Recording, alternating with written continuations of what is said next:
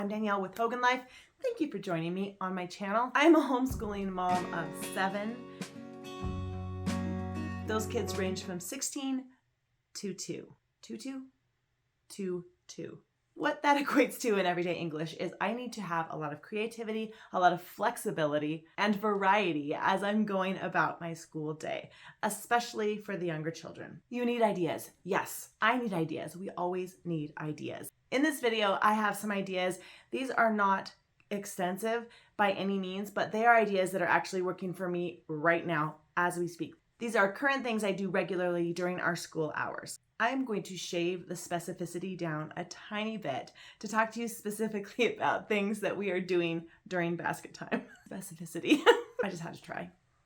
Basket time is something we do almost every morning. You have heard me share about it, but it is when we learn together, anywhere from 30 minutes to an hour, where I do our devotions, our scripture memory, our poem recitation, and anything else that is good and beautiful and true that we want to get to that doesn't really fit in to our homeschool day or gets neglected most days because we just get right to our book work. The dynamic in my family is that I have 5 boys, and these boys are totally different than my girls. I have noticed that girls don't mind coloring for long periods of time. Boys do better with something that is building, connecting. So even in our coloring pages, I need it to be specific. I need it to be thought-provoking. Girls will often color simply because they like to make something beautiful. Boys will color because they are thinking about the object they're coloring. If it's a sword, if it's a warrior, if it's a superhero, they are actually thinking about the drama of it. To a degree. These have just been my observations and not based on any psychology, just based on experience as a mom. So their little bodies are occupied, their fingers are occupied, and they're able to just be quiet and take in information. Probably one of my favorites and one I've used repeatedly throughout the years is Lego bags. I've purchased a bunch of these little bags and I have done bins before, but that just got a little bit messy and louder. I like to try and do things that are a little bit on the quiet side. Everyone gets a Lego bag and it has a certain amount of Legos in. I don't count, I just stuff the bag full of Legos and they get to build with just those Legos. If you've seen the Lego movie, you know that there's something special about the master builders, and those are the ones who are building apart from reading the directions. I always tell my kids, you guys are master builders now. Come up with something brilliant out of just those building blocks. Next is Play-Doh. Guys, children love Play-Doh. I give them all like little plastic knives and such, and they can just cut. You can make your own Play-Doh or you can buy whatever you have time for. Now, I know some of these things are messy, but, well, kids are messy.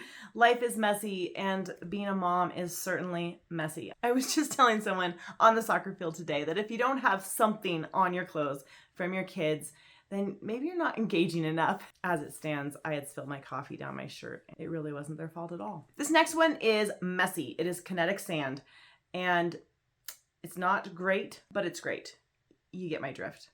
I have to tell you, at the end of our school day, usually the dining room area is a perfect disaster because we just keep it going. As long as everyone is occupied and learning, I don't stop to clean up. Coloring pages, but not just coloring books or any coloring pages. You can get the activity books that come with Story of the World, and instead of getting, 6 for all of my children, that would be ridiculous. I just take one out, make copies, and everyone gets a sheet. So whether I'm reading about Story of the World or we're just briefly talking about the page, there's intention in that coloring page. I have been collecting school supplies over the course of 10 or 12 years. And I did not start out with having all the newfangled things. So I don't want you to think that you need to have activities that require spending money. One of my favorites is stringing Cheerios and making Cheerio necklaces. They love it because they can eat as they string, then they can make a necklace and they can eat their necklace. It's super easy and inexpensive. We've done a lot of different things with glue and sticks and Cheerios. And that leads me into the next one, which is snacks that you don't normally have, that are just school snacks. I love to get frozen blueberries from Costco. So you could get a bag and you could have everyone get a bowl of frozen blueberries while they're listening to a couple books. You just have to keep it moving. Sometimes your activity only lasts 5 or 10 minutes, but that's good. That's 5 or 10 minutes of active learning from your children. This idea I've used very consistently. It is taking a sheet of paper and coloring it with the intention of making a paper airplane. I also have the kits where they can get fun paper. Everyone picks out one and then we make a paper airplane.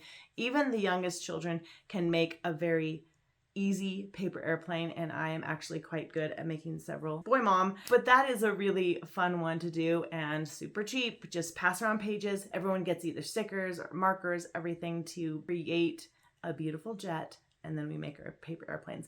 And then we fly our paper airplanes off the deck. This next activity is a little bit more pricey as far as these activities go. It's plus plus. Now you can find these on Amazon. I got our set on Timberdoodle. I like Timberdoodle, and we have since added to the set.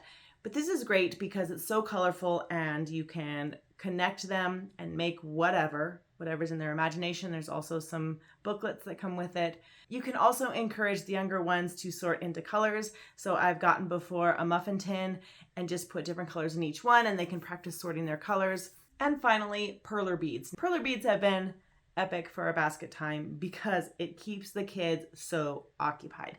Even my 2-year-old will sit and try, or she'll sit and play with them or sort them. So perler beads have been awesome. And then after basket time, I'll get the iron out and all their creations get ironed and they've made something fun. So those primarily we do all together at the table. Now, I also am a huge advocate of having special things that you send your little kids out to do while you're trying to homeschool their biggers outside. One of my favorites is getting a bunch of cardboard and giving them paint. It's messy, but they're outside. And letting them paint cardboard or letting them paint rocks. I feel like if you have trouble with mess, this is going to be a little rough on you, but I've just over the years become really not precious anymore. I also like to use popsicles. I make our own popsicles, make a bunch the night before, and then pull them out at basket time or around the table. This is also one that I use for the little kids and send them outside to sit and eat their popsicles and enjoy the outdoors. All right, those are my ideas for basket time or for occupying your kids during school. It's not just limited to young ages. All of my kids enjoy most of these activities because you're just trying to keep their hands busy while their mind is occupied with what you are teaching them or what you are reading to them. Signing off, this is Danielle Hogan. Remember, no one can mom your kids like you. The school year is underway. I'd love to hear what your ideas are for keeping your children busy. I'll see you next time.